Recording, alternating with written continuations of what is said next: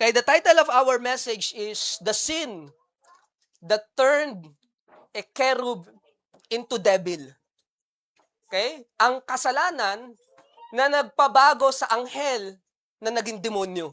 Oh, pangit sa Tagalog, no? Ang pangit eh. Ang sakit pakinggan. Ang kasalanan na nagpabago sa isang anghel, sa isang kurubin, at naging demonyo. No? The sin that turned a cherub into devil. Okay? And that is what we found in Isaiah chapter number 12, or Isaiah chapter number 14, verse 12 to 15. And also, makikita rin po ninyo yan on Ezekiel chapter number 28.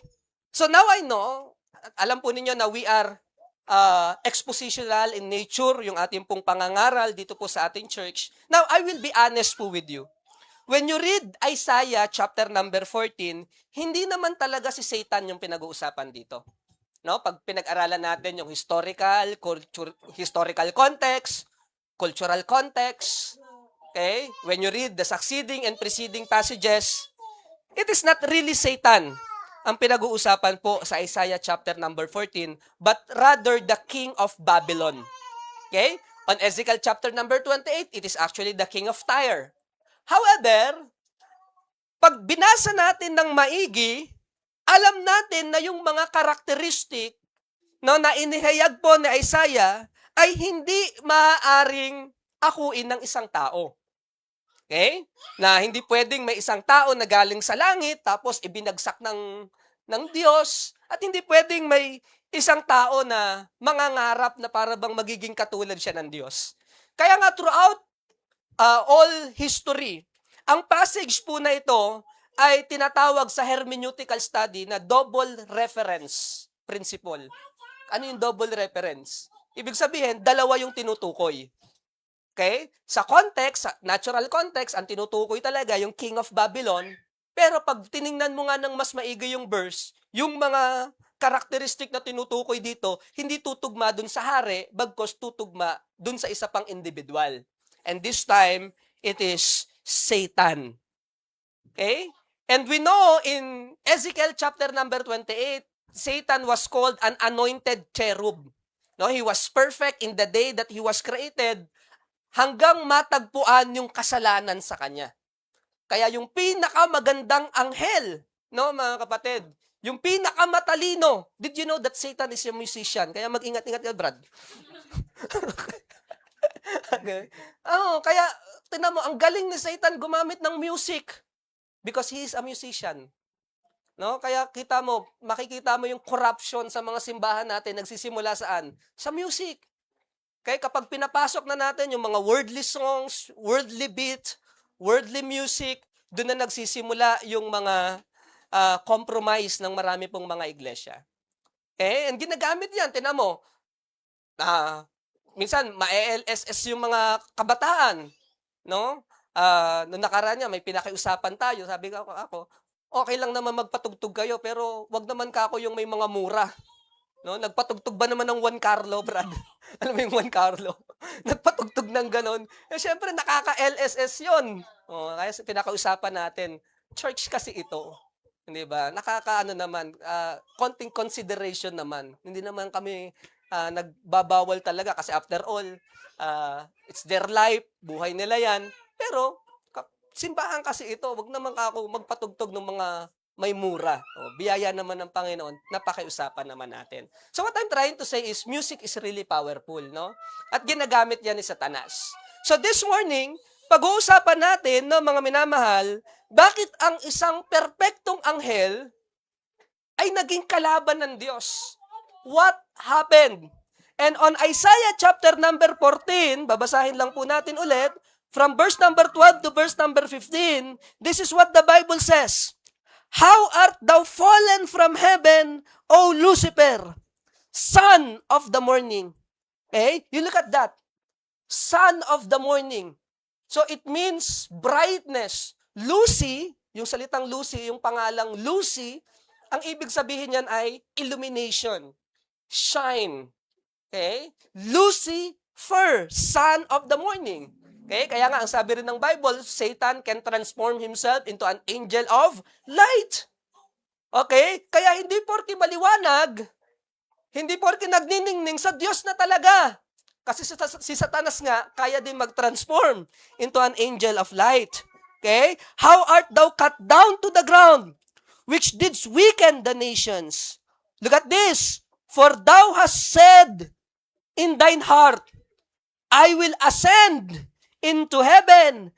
I will exalt my throne above, higit, above the stars of God. I will sit also upon the mount of the congregation in the side of the north. I will ascend above the heights of the cloud. I will be like the Most High. And that is why a lot of theologian would says that pride is the mother of all sin. No, hindi murder, hindi adultery, hindi lying. Pride is the mother of all sin. Why? Because pride, the same pride that is being celebrated right now, no, the Pride Month, okay? The very sin, no, the very pride that being celebrated right now, it is called the very mother of sin. Bakit? Kasi yung kasalanan na yan na naging dahilan kung bakit nahulog si Satanas sa langit. Okay? Kaya nga it's very alam mo yan, it's very interesting. Okay? Na yung same pride na tinatawag na mother of sin is also the same pride that being celebrated today. Hindi na siya tago Hindi na subtle This is a blatant sin na sineselebrate sa panahon po natin po ngayon. Okay? So what do you think is the greatest sin? Sinabi ko na kanina, and that is pride. Now, there is a Sunday school teacher, tinanong niya yung mga estudyante niya, mga anak, ano sa tingin nyo ang pinakamalalang kasalanan? O, tinanong niya, syempre, yung mga bata. Mga anak, ano sa tingin nyo ang pinakamalalang kasalanan? Sabi ng mga bata, Ma'am, teacher, murder. Okay? Sabi naman ng isa, teacher, adultery. Teacher, I think lying. Okay? Lumapit yung isang bata, nagtaas ng kwelyo. Okay? Teacher, the greatest sin is pride. And I am so proud. Ako lang ang nakasagot nun.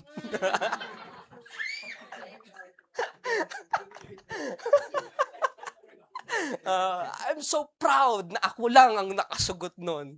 Okay, sabi ng teacher, demonstrate mo lang kung anong ibig sabihin ng pride.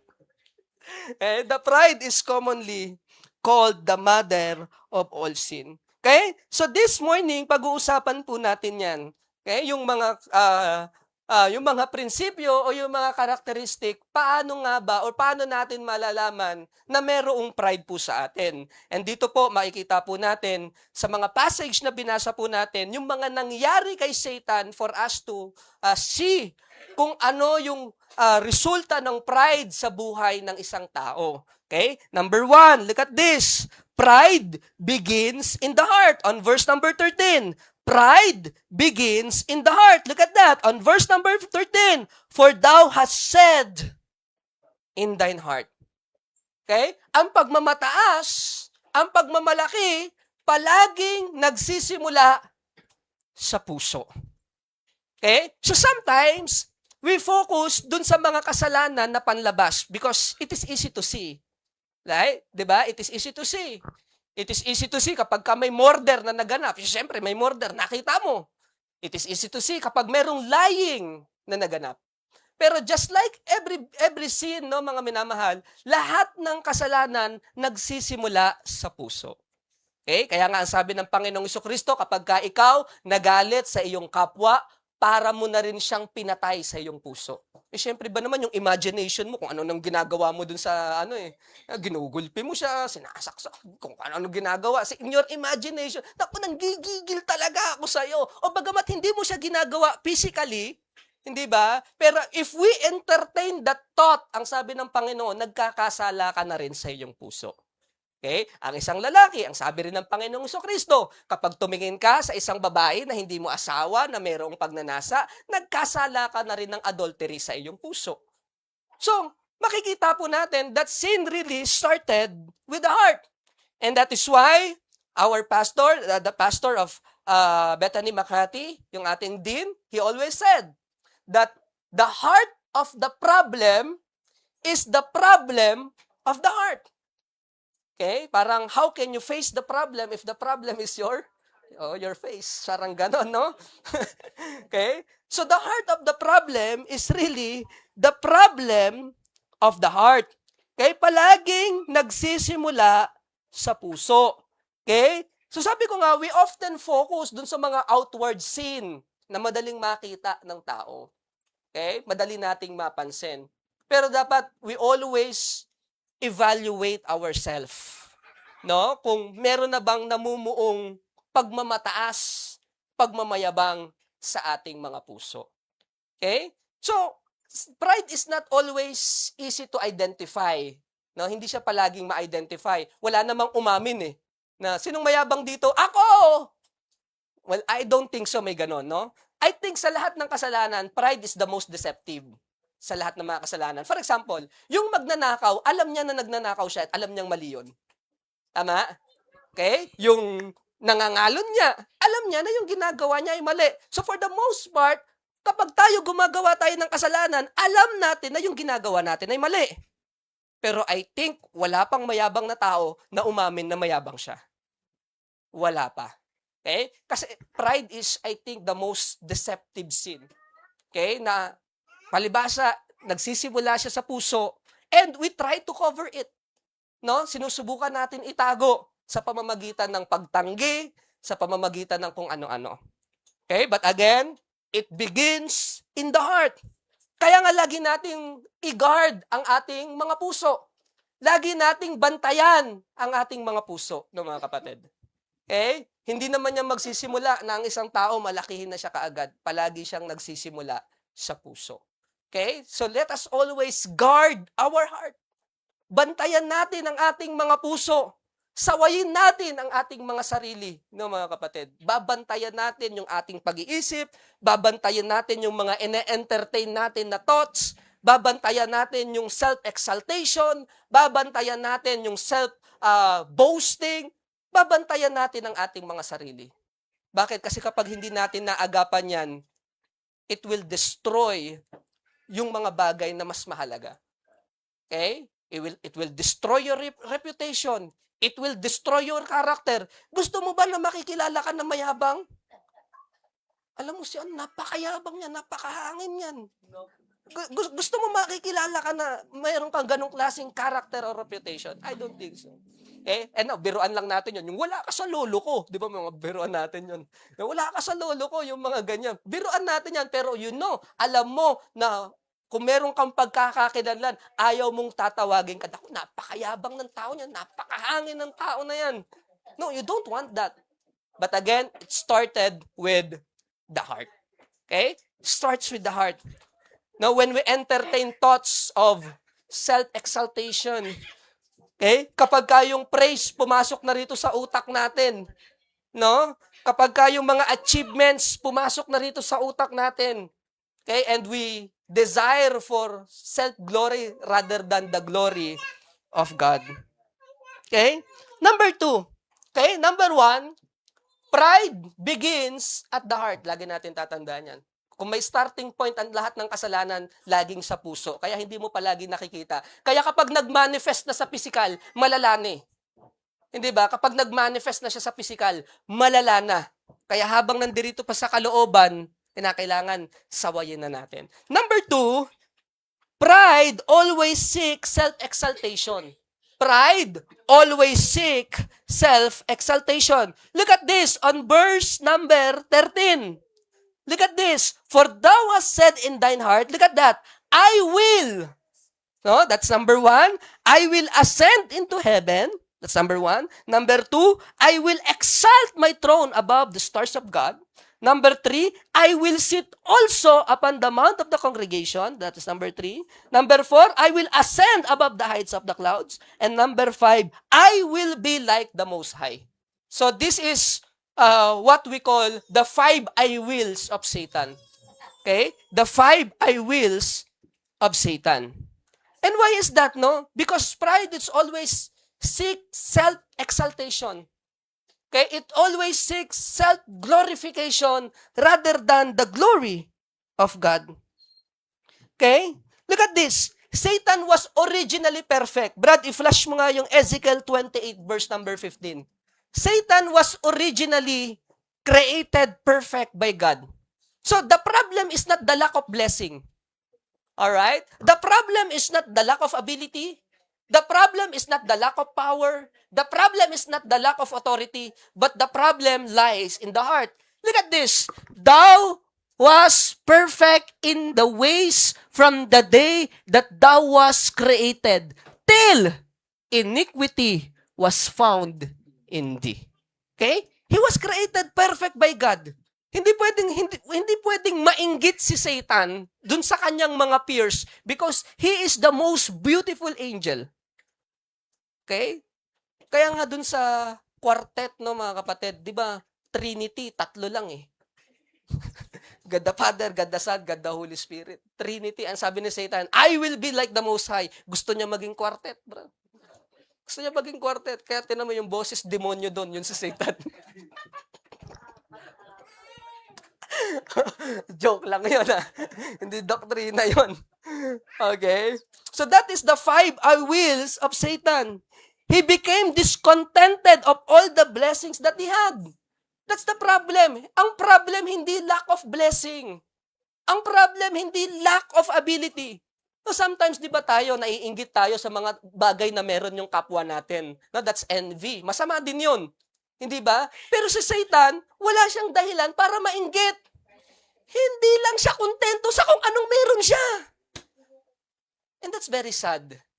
Hindi ba? Dahil hindi siya kontento sa kung anong meron siya, naghahangad siya ng mga bagay na wala sa kanya. At sa paghahangad niya ng mga bagay na wala sa kanya, pinasok siya ng pagmamataas. Bakit? He wanted to be like the Most High. Okay? He wanted the place of God. Okay? Gusto niyang maitaas ang kanya pong mga sarili. Look at this. Pride causes people to become dissatisfied with God's provision. Okay? And that is what is pride is doing to us. Nabubulagan tayo sa mga bagay na ipinrovide naman na ng Panginoon.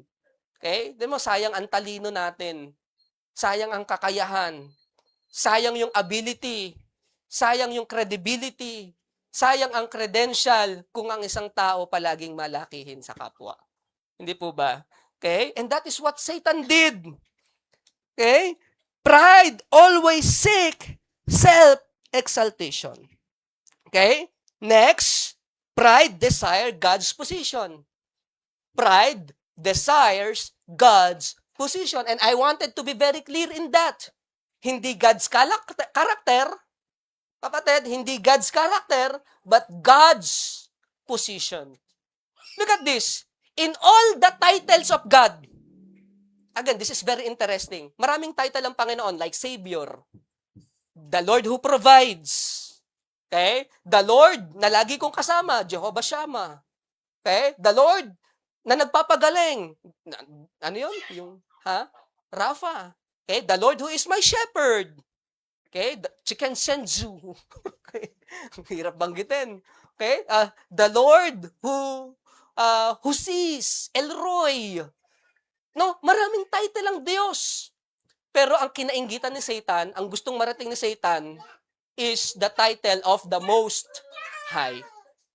You look at this. Walang pakialam si Satan sa responsibilidad ng Diyos.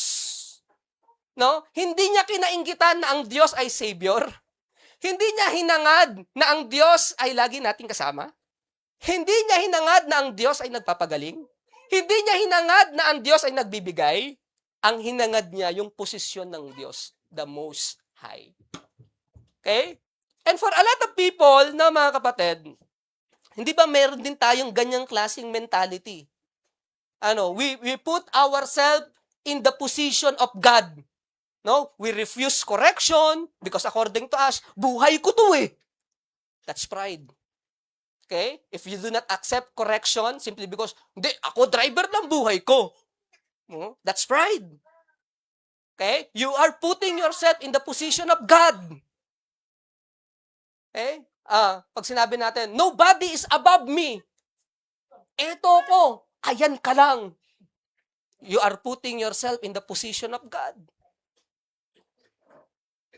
Okay? Hindi mo ako pwedeng i-correct, Brad. I'm the pastor of this church. Oh, I'm putting myself in the position of God. Right? Hindi ganun yun. And for many people, ang nais nating marating is the title, the position, but never the responsibility. That is pride. And that is very, very dangerous. Okay? Di ba, lagi ko nga sinasabi, package yan, kapatid. Package yan. Kapatid, pag ikaw naging youth leader, i-accept mo yung title, pero i-accept mo din yung responsibility. May accountability yan nakapalit. Kapag ka ikaw naging pianist, kapag ka ikaw naging kumakanta, kapag ka ikaw naging pastor, kapag ka ikaw naging missionary, we praise God for those title. Pero may kaakibat siya na gawain. May kaakibat siya na responsibilidad. Okay? Pero si Satan, he doesn't care if God saves. He doesn't care that God provides. He doesn't care of those things. Wala yan. Basta ang sabi niya, I will be like the Most High. That's pride. Okay? Pride always wanted to put the self in the place of God. And lastly, verse number 15. And this is very dangerous. Ito yung dapat nating ingatan. Pride always leads to destruction. Pride always leads to destruction. Look at this on verse number 15. Yet thou shalt be brought down to hell, to the sides of the pit. Okay? Pride will always lead to destruction. Ang sabi nga ng Proverbs chapter number 16, verse number 18, pride goeth before destruction and a haughty spirit before the fall. Okay? You just remember Nebuchadnezzar. No, nung inano na ni Nebuchadnezzar lahat ng kanyang mga nagawa, kapatid, lahat ng mga lupain na kanyang nasakop. And did you know yung one of the seven wonder of the ancient world, yung hanging garden sa Persia? Okay? It was created by Nebuchadnezzar. Okay? And that is belong to the one of the seven wonders of the ancient world. Okay? Nung pinagmamasdan niya na lahat ng kanyang nasakupan, yung pinagmamasdan niya na yung lahat ng mga tao na lumuluhod sa kanya, yung lahat ng kanyang mga accomplishment, ang sabi ni Nebuchadnezzar, wow, dahil to sa sarili kong kahusayan. Dahil ito sa sarili kong kagalingan. And did you know what happened to Nebuchadnezzar? Nag-asal hayop siya, kapatid. Nag-asal hayop siya. Binaliw siya ng Diyos. Okay? Yung hari na sumusuot ng napakagandang kasuotan. Yung hari na sinasabi niya, nakasakop niya lahat ng dapat niyang masakop at mapagtagumpayan niya. Lahat ng dapat niyang mapagtagumpayan. Nung inisip niya na dahil yan sa sarili kong kagagawan, kapatid, ang sabi ng Bible, nag-asal hayop si Nebuchadnezzar. Parusa sa kanya ng Diyos. Si Herod, you remember what happened to Herod?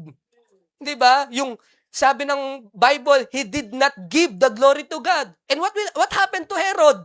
Bumulagta na lang basta. Kaya kamamatay lang niya, inuud agad. Ganun ang ginawa ng Diyos sa kanya. Pride always leads to destruction. The Tower of Babel, anong prinsipyo ng mga tao sa Tower of Babel? Aakyat kami sa Diyos. No, sa pamamagitan ng sarili naming pamamaraan. Anong ginawa ng Diyos? O di binigyan sila ng iba't ibang lengguwahe. Sila nagkaintindihan. Hindi nila natapos yung tore. No, nagkaroon ng Bicolano, Bisaya, okay, Tagalog, and so on. Oh, hindi nila natapos. Bakit? Palaging binabagsak ng Diyos ang mga nagmamataas.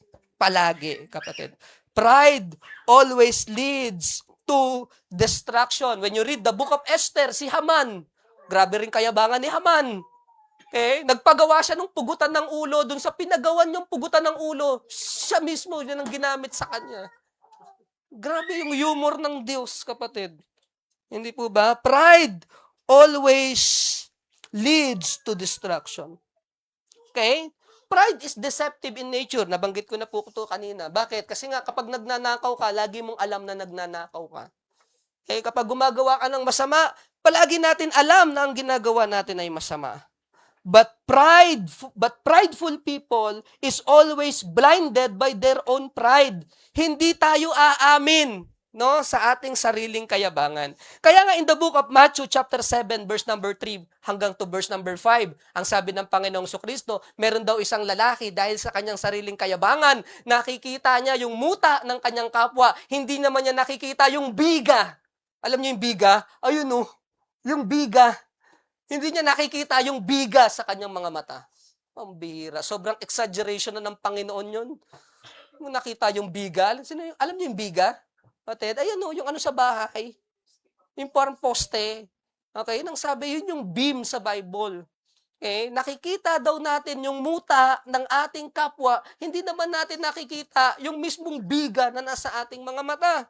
Okay, because prideful people is always blinded by their own pride. Okay? Ang akala natin, malapit tayo sa Diyos, katulad ni Satanas. Okay? Pero yun pala, tayo ang pinakamalayo sa Kanya. Because of pride. Okay? Kaya nga, minsan, inaano ko, Lord, hindi ba kami, nagpe-pray din naman kami ng Christ-likeness. Anong pinagkaiba nun? Nung sinabi ni Satan na I will be like the Most High. Parang iniisip ko, Lord, wait lang. Nagiging malakihin na rin ba ako kapag ang prayer ko maging katulad ni Christ? Nagiging mayabang po ba ako? Kapag nag-e-aim ako na maging katulad ni Christ and I realize, yun nga si Satanas, kapatid, ang gusto lang niya kasi yung posisyon. Pero ang hinihiling kasi natin sa Panginoon, hindi yung posisyon ni Kristo eh. Ang hinihiling natin, yung karakter ng Panginoong Kristo. Okay? Yung pagiging mapagkumbaba, yung pagiging masunurin sa Diyos, no? Yung pagiging maamo, yung pagiging matindigin sa prinsipyo ng salita ng Diyos, yun ang panalangin natin. No? When you desire the character of Christ, hindi kayabangan yun. But when you desire the position of Christ, yun yung kayabangan. Okay? So look at this. So what is the solution pagdating sa pride? Anong solution natin sa pride? Madali lang naman, no, mga kapatid. Kasi ang pride, number 1 na kasalanan ni Satanas. Okay? Sino ba ang tatalo kay Satanas? Di ang Panginoon. Okay? So, ang hanapin natin, yung karakter ng Panginoong Jesucristo. Yun ang ating hahanapin. Okay? And ano ang karakter ng ating Panginoong Jesucristo? Number 1. Okay? Let us recognize God-given authority.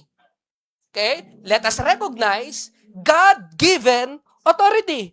When you read the Bible, no, mga kapatid, in Luke chapter number 2, ang nakalagay po doon, nung bata pa si Christ, He was subjected to His parents. He was subjected to His parents. Naging mapagkumbaba ang Panginoong Jesucristo, ha? Yun nga yung ano dun eh. Kung si Jesus Christ nga submitted sa magulang, ikaw pa kaya? Di ba? Kung si Jesus nga masunurin sa kanyang mga magulang, ako pa kaya? He was subjected to his parents. Christ recognized God-given authority. No? Nung lumaki na siya, about 30 years old, nagpabaptize siya kanino? Kay John the Baptist. Ang sabi ni John the Baptist, ako dapat i-baptize mo, di ba? Sa Matthew chapter number 4. Ako dapat i-baptize mo, ikaw si Christ eh. Anong sabi ni Jesus Christ? I-allow mo muna ngayon para matupad natin ang katwiran ng Diyos. So Jesus recognized that even though He is the Messiah, He was subjected to the authority of John the Baptist. Ang tanong ko, si Jesus na yan ha? Tayo pa kaya? Hindi po ba? Okay? Next, nung tinanong si Jesus, dapat po ba tayong magbayad ng buwis? Di ba tinanong si Jesus Christ? And then sabi ni Christ, akin na yung pera, akin na yung penny. Okay? Kaninong mukha to? Kay Jose Rizal. Hindi, kay Caesar. Kay Caesar. Anong sabi ni Christ? Render unto Caesar the things that are Caesar, and render unto God the things that are God. So si Christ nagbayad ng buwis. He was subjected to the government. Okay? Kaya tayo mga mananampalataya, kaya ako, you will never see me ibagsak, Marcos, ibagsak. You'll never see me do that. Kasi that is un-Christ-likeness. Even Jesus Christ subjected himself to the government. No, I'm not saying that natama si Marcos, ha? Hindi yun, ha? You don't hear me na mag-uusap about politics, ha? Hindi yun. Wala akong kinakampihan dahil alam ko lahat yan masama. Wala akong pakialam sa mga yan. Ang sinasabi ko, yung Christ-likeness, yung pagiging submissive natin sa mga otoridad na ibinigay sa atin ng Diyos. Yun ang sinasabi ko dito. Okay? And ultimately, in the Garden of Gethsemane, kapatid, nung naghihirap na siya, kung tutuloy ba siya o hindi, anong sabi ni Jesus Christ? Anong prayer niya? Thy will be done. Ultimately, he subjected himself to the authority of God. Okay? So Jesus Christ recognized God-given authority. His parents, John the Baptist, the government, and ultimately, God Himself. How much more tayo, no mga kapatid? How much more tayo? Ito yung dapat nating matutunan. Kung si Kristo nagpakumbaba sa mga God-given authority, tayo pa kaya? Tayo pa kaya? No, let us be subjected to the authority of our parents. Let us be subjected to the authority of our government. Let us subjected to the authority of the man of God, of the church. Let us be subjected to our God-given authority. And ultimately, let us be subjected to the authority of God. Ultimately speaking. Okay? The solution, number 1, recognize God-given authority. Number 2, solution. Ano mo solution sa pride? Anong gamot dyan?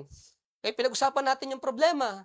Pinag-usapan natin, ganito yung pride. It will lead to destruction. It will lead to self-exaltation and so on. Anong solusyon?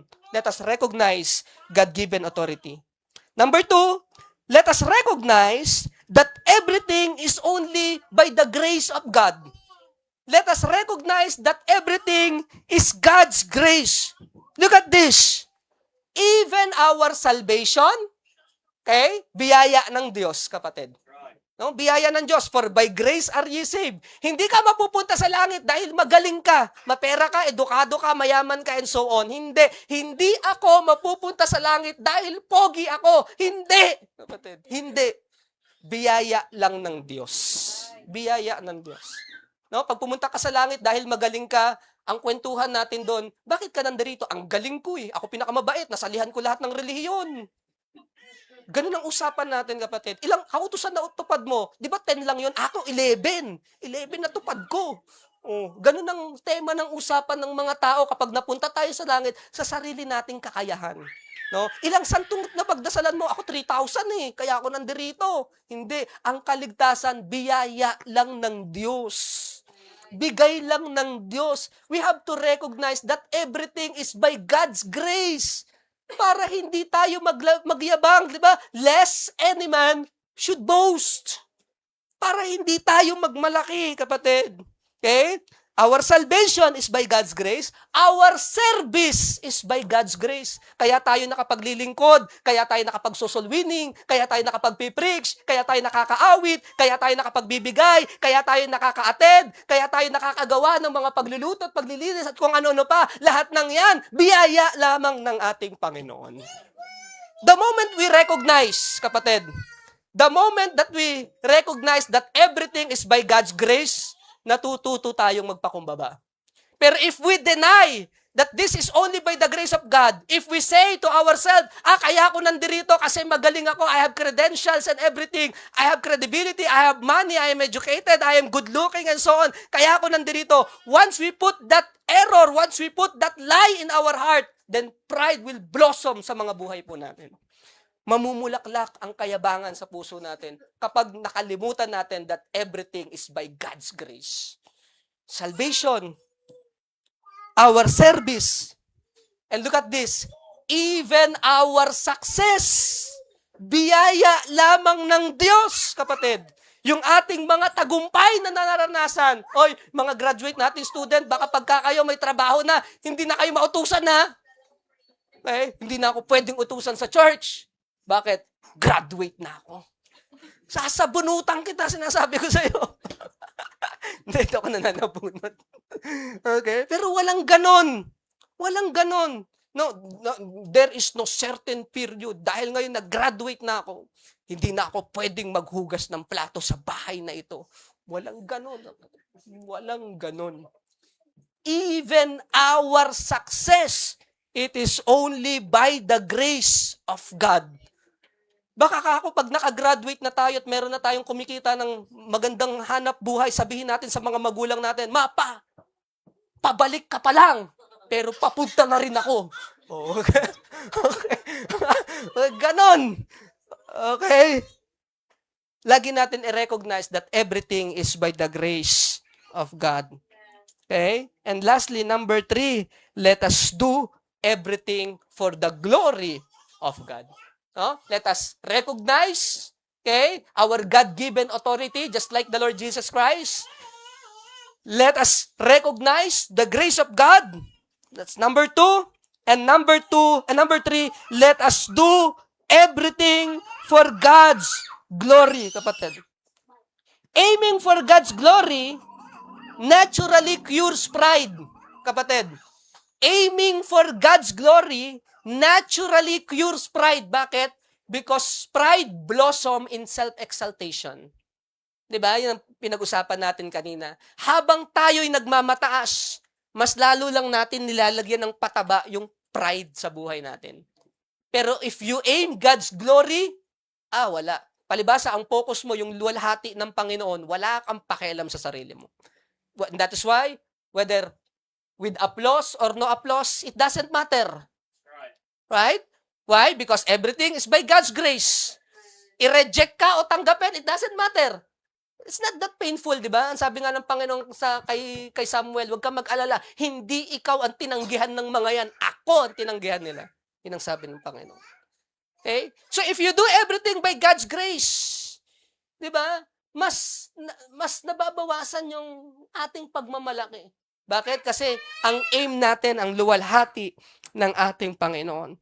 Because pride feeds through self-exaltation. The more we focus on God, the less we think of ourselves. Habang nakapokus ka sa Panginoon. No, kaya yung dating sinasabi, unfair to, unfair yan. Hindi. Kung ano yung naipagkatiwala sa'yo, gawin mo. Ang isip natin, luwalhati ng Diyos.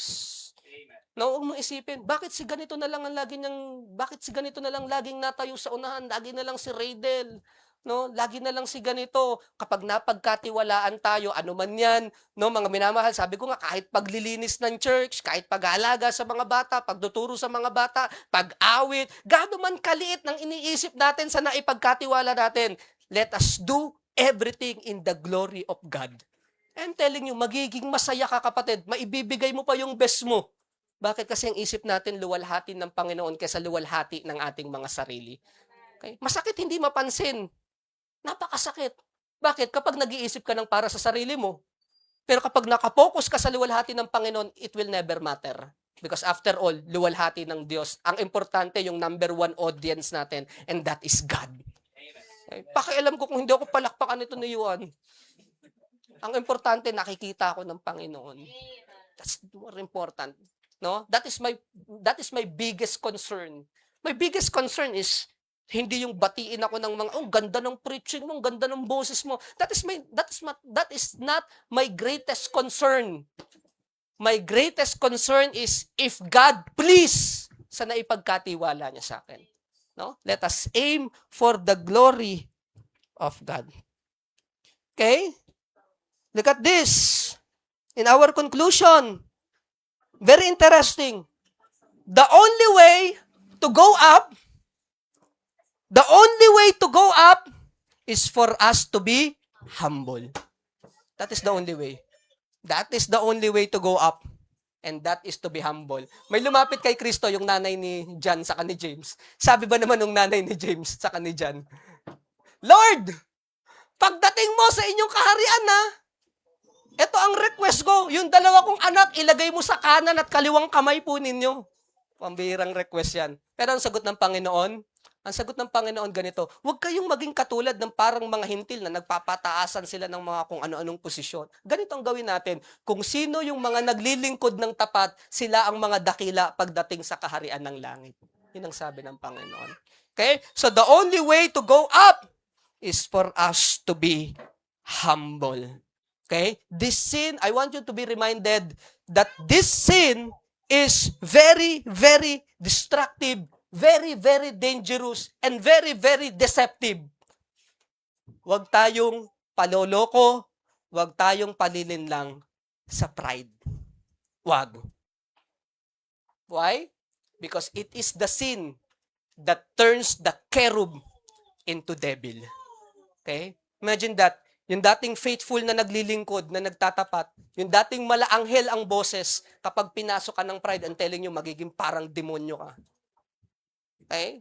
Ganun ang pride, kapatid. Ganyang wasakin ng pride ang buhay ng isang tao kahit pa mananampalataya. Kaya kapag di natin nasolusyonan habang maaga pa, it will definitely destroy the future that the Lord prepares for us. Be humble. Be humble. Be Christ-like. Yun lamang po. Tayo po lahat ay yumuko. At tayo po ay mananalangin.